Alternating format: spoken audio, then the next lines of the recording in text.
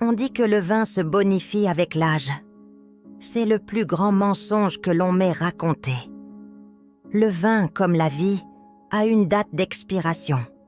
Si tu attends trop longtemps, le nectar des dieux se transforme en vinaigre. Et moi, j'ai une cave pleine de vinaigre et une âme pleine de poussière.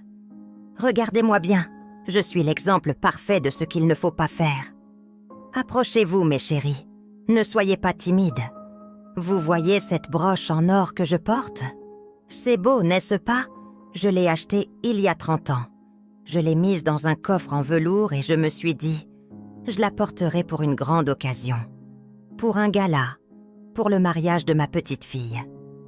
Aujourd'hui, je la porte pour parler à une caméra, seule, dans mon salon. L'occasion spéciale n'est jamais venue. Ou peut-être qu'elle est venue 100 fois, mais j'étais trop aveugle pour la voir. Je m'appelle Colette. J'ai 85 ans et j'ai passé ma vie à attendre. À attendre quoi? Je ne sais même plus.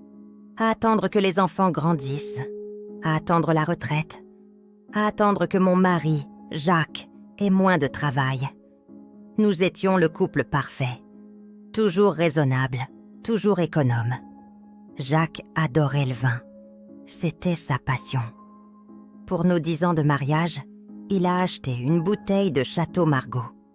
Un grand cru. Il l'a posée délicatement sur l'étagère et m'a dit avec des yeux brillants, « Colette, ma chérie, celle-là, on la boira quand je serai nommé directeur. Ce sera notre récompense. » Il a été nommé directeur 5 ans plus tard. J'ai sorti les verres en cristal. Mais Jacques m'a arrêté. « Non, non, pas ce soir, » a-t-il dit. « Je suis fatigué. J'ai mal à la tête. Gardons-la pour les 20 ans de mariage. C'est plus symbolique. » J'ai rangé les verres. J'ai remis la bouteille. J'ai obéi à la logique de l'attente. 20 ans de mariage. Nous avons fait une fête. Il y avait du monde. Jacques a dit « C'est trop de monde pour une si bonne bouteille. On ne va pas l'apprécier. Gardons-la pour notre retraite. Juste toi et moi, face à la cheminée. » La retraite est arrivée. Mais avec elle, la maladie est arrivée aussi. Jacques a eu un cancer. C'était fulgurant. Les derniers jours, à l'hôpital, il ne pouvait plus boire une goutte d'alcool. Il me tenait la main et me parlait de cette bouteille. « Promets-moi, » murmurait-il, « promets-moi que tu la boiras à ma santé quand je serai parti. » Il est mort un mardi gris de novembre. Après l'enterrement, je suis rentrée dans cette maison vide.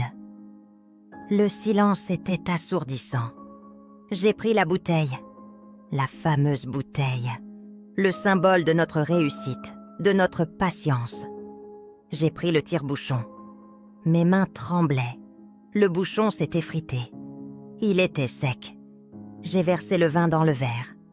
Il était trouble. Il avait une couleur marron, laide. J'ai goûté. C'était du vinaigre.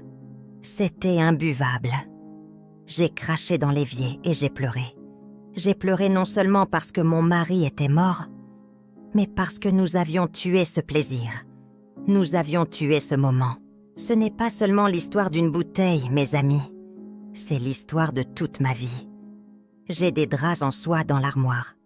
Jamais utilisés. Trop fragile, disais-je. Maintenant, ma peau est trop rugueuse, trop vieille pour sentir la douceur de la soie.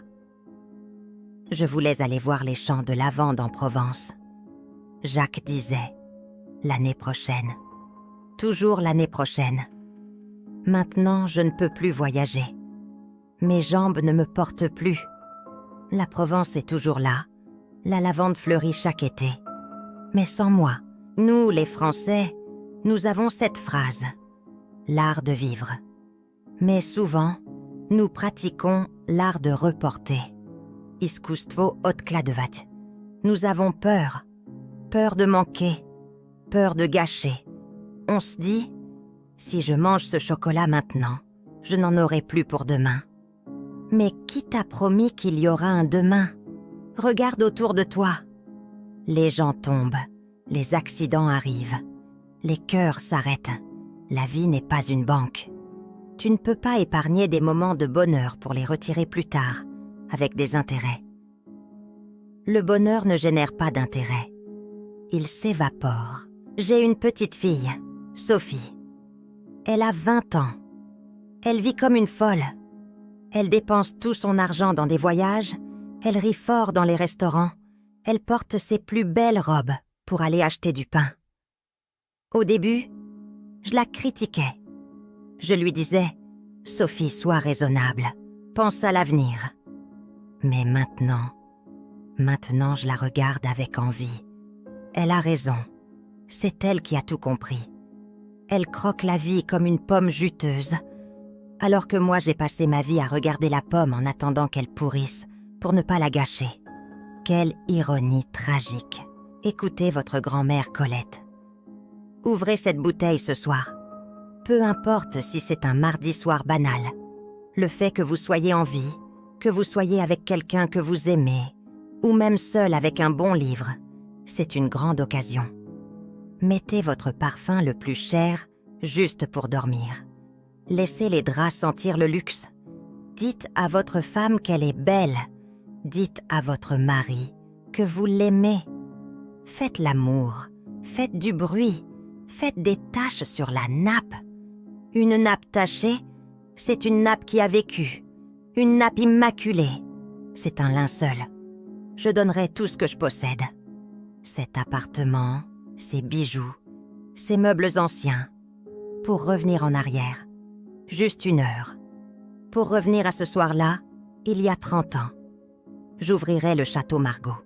Je le boirais avec Jacques. On rirait. On aurait les dents violettes à cause du vin. On danserait pieds nus sur le parquet. Mais je ne peux pas. Le temps est un voleur cruel. Il ne rend jamais la monnaie. Alors, vous qui avez encore du temps, ne soyez pas des collectionneurs de regrets. Soyez des vivants. Buvez le vin. Mangez le gâteau. Partez voir la mer. Et si la bouteille s'est finie, eh bien, vous en achèterez une autre.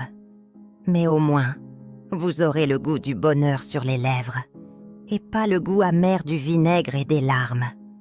Allez, filez maintenant. Éteignez cet écran. La vie vous attend dehors. Et elle n'attendra pas éternellement.